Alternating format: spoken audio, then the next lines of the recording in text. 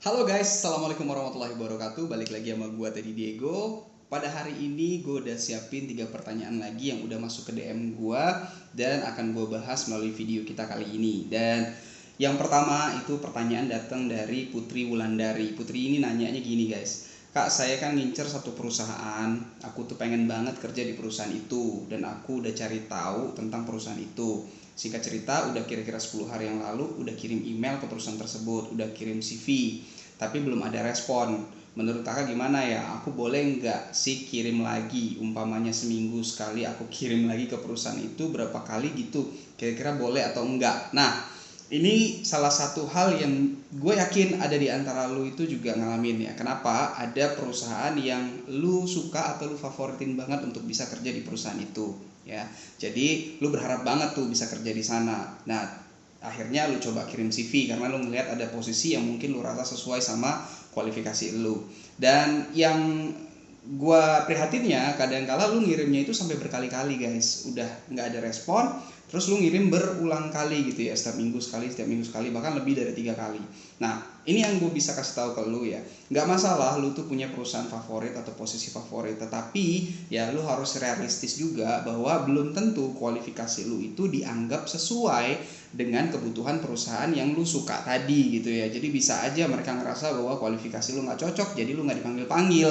Nah, kalau saran dari gua, maksimal lu ngelamar ke satu perusahaan yang sama itu 3 kali aja, itu udah cukup. Karena kalau sekali mungkin HRD-nya kelewat gitu ya, yang kedua kali mungkin juga masih kelewat. Tapi kalau lu udah kirim 3 kali ke satu perusahaan yang sama, ya, dan tidak ada respon dari perusahaan itu, walaupun lu suka banget sama perusahaan, lu tahu banget gitu ya sama perusahaan itu, lebih baik lu move on, cari tempat kerja yang lain ya, karena itu sudah bisa dipastikan bahwa menurut mereka apa yang lu punya belum cocok sama yang mereka cari. Itu aja. Tapi jangan lu kecil hati, jangan merasa bahwa ketika lu nggak terima di situ lu nggak bakal keterima di tempat lain juga. Nggak kayak gitu ya. Tetap kemungkinan di tempat lain, mungkin rezeki lu ada di tempat yang lain, bukan di tempat perusahaan yang lu suka tadi. Oke? Nah, yang kedua, pertanyaannya datang dari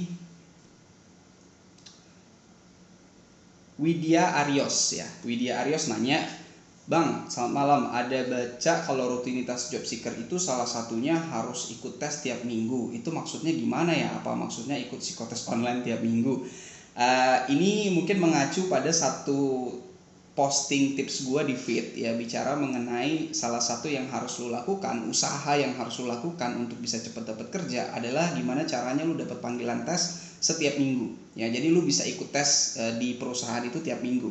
Nah guys, sebelum lo bisa dapat kesempatan untuk tes setiap minggu di sebuah perusahaan atau di banyak perusahaan gitu ya, nah otomatis ya frekuensi lu untuk mengirimkan CV juga harus banyak gitu ya. Lu nggak mungkin berharap ngirim CV seminggu sekali, lalu tiba-tiba minggu depan dari satu CV itu lu berharap langsung dipanggil tes. Belum tentu gitu ya.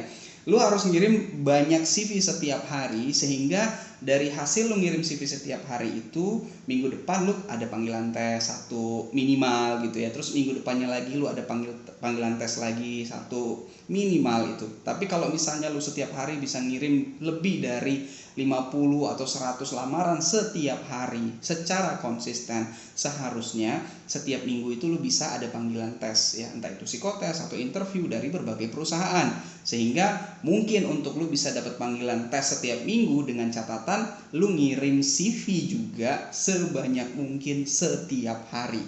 Itu kuncinya. Oke? Nah, pertanyaan yang ketiga itu datang dari Sayendra ya. Bang, kasih solusinya bang, kenapa ijazah paket C atau homeschooling selalu terbelakang? Padahal kan dikeluarkan oleh Dinas Pendidikan. Gimana pendapatnya? Oh ini menjawab banyak pertanyaan dari teman-teman yang mungkin juga mengalami nasib yang sama gitu ya, yaitu lulusan paket C. Ini gue kasih tahu ke lu dulu semua. Yang pertama guys, sebelum lu action, jangan bikin asumsi yang bisa menjatuhkan mental lu sendiri. Itu dulu ya. Kenapa kayak gitu? Karena banyak di antara lu itu yang udah bikin statement yang ngejatuhin rasa pede lu sendiri gitu ya. Jadi lu rendah diri sendiri padahal lu belum mulai. Ya lu udah berasumsi bahwa ya karena lu mungkin temenan sama teman-teman yang sama negatifnya gitu ya, yang sama pemikirannya pesimis, sehingga akhirnya lu juga punya kesimpulan yang sama. Lalu lu berpikir bahwa wah memang paket C itu susah keterima kerja.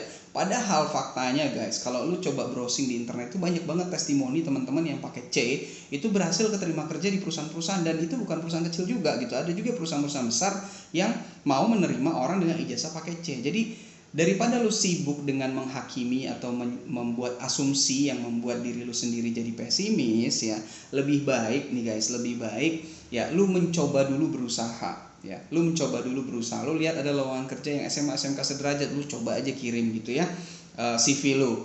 Dan yang pasti juga di CV lu juga harus dibuat maksimal gitu ya. Maksudnya ya informasinya lengkap, terus juga memiliki informasi tentang kemampuan-kemampuan lu yang bisa lu tunjukin, yang bisa lu aplikasiin atau bisa lu kontribusin untuk posisi yang lu lamar.